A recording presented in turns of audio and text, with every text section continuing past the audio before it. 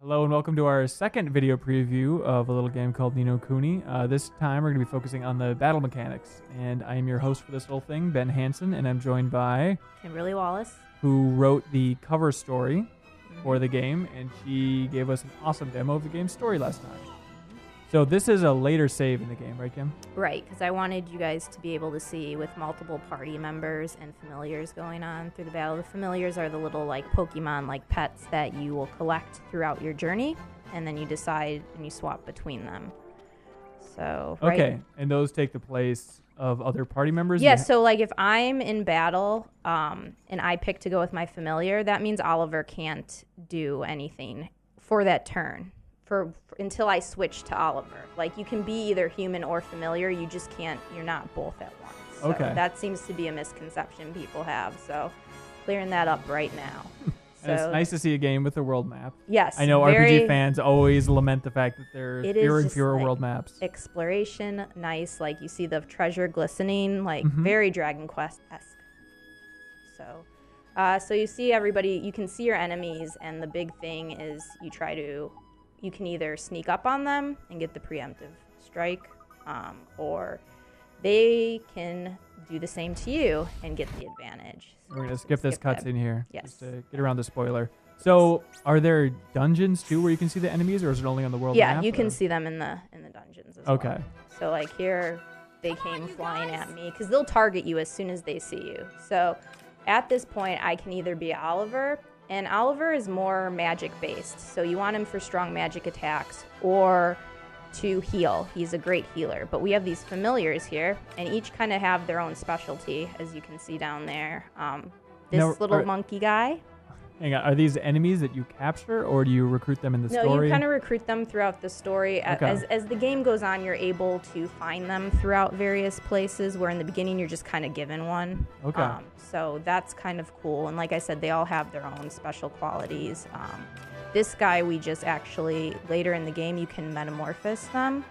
And so once you do that, you're actually you're taking their traits and making them a new version of themselves. You're going back to level 1, but you're stronger than what you would have been if you had never done it before. So it's rebuilding your guys back up.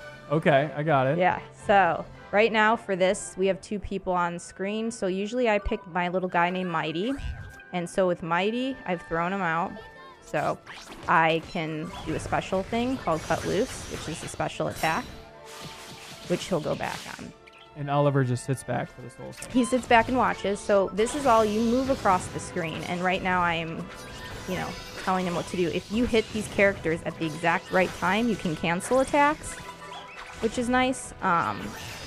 Also, you'll notice there's little glims that, depending on your success with the battle system, that'll appear on the battlefield. Okay. So it can restore HP and magic points and all that, which is cool. So it's the system's rewarding you the better you do with the battles. Okay. So if you're not gotcha. And this is another person in your party, this lady? Yes. And she has her own... She's Starry Mary. Starry Mary, that's right. I forgot about her from the last She's time. got her own too, so she does her own thing and controls them. Now I can switch to her if I want to be her over Oliver at any point. So, gotcha. Yeah. And can you set what her AI is doing, or yes, is she just going to do yeah, her own? you can set the tactics and everything. So what's cool with this also is, I want to say with the familiars, there's extra stuff that you can do with them. You have these creature cages. Oh, that's cute. And so you can feed them food.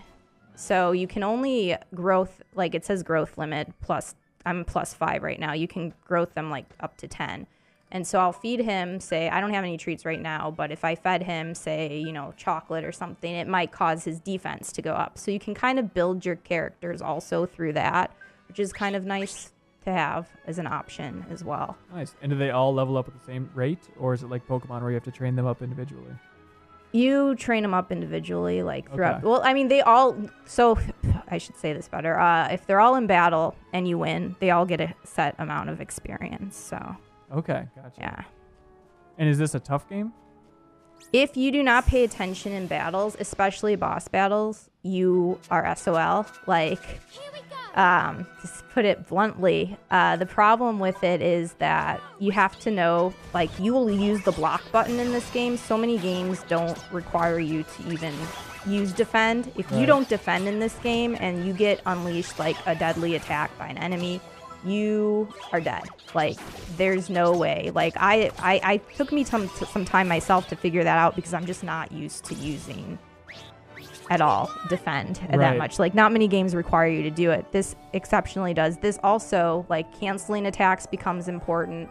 You can counter them if you hit when this blue gauge appears up on the attack screen. Okay. So there's little different things you can do. They're not as easy to pull off because you really have to focus in on what you're doing to hit at those right times. Like, I've done them, but is it always, like, I aim to try to do them every time, but it doesn't always, happen because it's not just 1, 2, 3 easy at all. So. Right.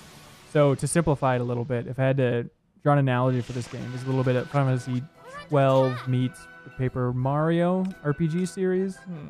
Or how would you compare the battle system? It's very hard. It's a little bit different of a battle system. You know what? It kind of reminds me a little bit like you're coaching from the sidelines. Final Fantasy 13 definitely. I would kind of 13-2 rather. You're coaching from the sidelines, but at the same time you also have these little pets that you can put into your party who make a difference. Now, of course, here the difference is that you are completely controlling them. Like, I like the free movement on the battlefield because it makes me feel like I'm doing something. Like, say here, I can switch to Oliver right now, and as him I can use his spells, which are really, but you can also move. They can cancel your attack. See how I got hit there and they canceled my attack. So it just depends on what you want to do. Now you have options, different items you can use. You can run away, you can set tactics, like I said, so you have control over her and what she does. That's nice. So she can do backup, whatever. I never had a problem with the AI. Sometimes I had a boss battle where I thought she died way too quickly, but other than that, she's been okay so far. And I know you get more party members later, so it'll be interesting to see how crazy these battles become on screen. Do you know how many party members you can have in a battle at one time? I don't know yet. Okay, you've only had 2. Yeah, I've had 2 so far. I know for a fact, I know for a fact that there are more, but I don't know for sure, like, the exact set number. But I think things will get pretty chaotic, so. Well, on this downer note, I think that's a good way to wrap up this look at the battle system and how not to play it when you're in the desert area. No offense, Kim.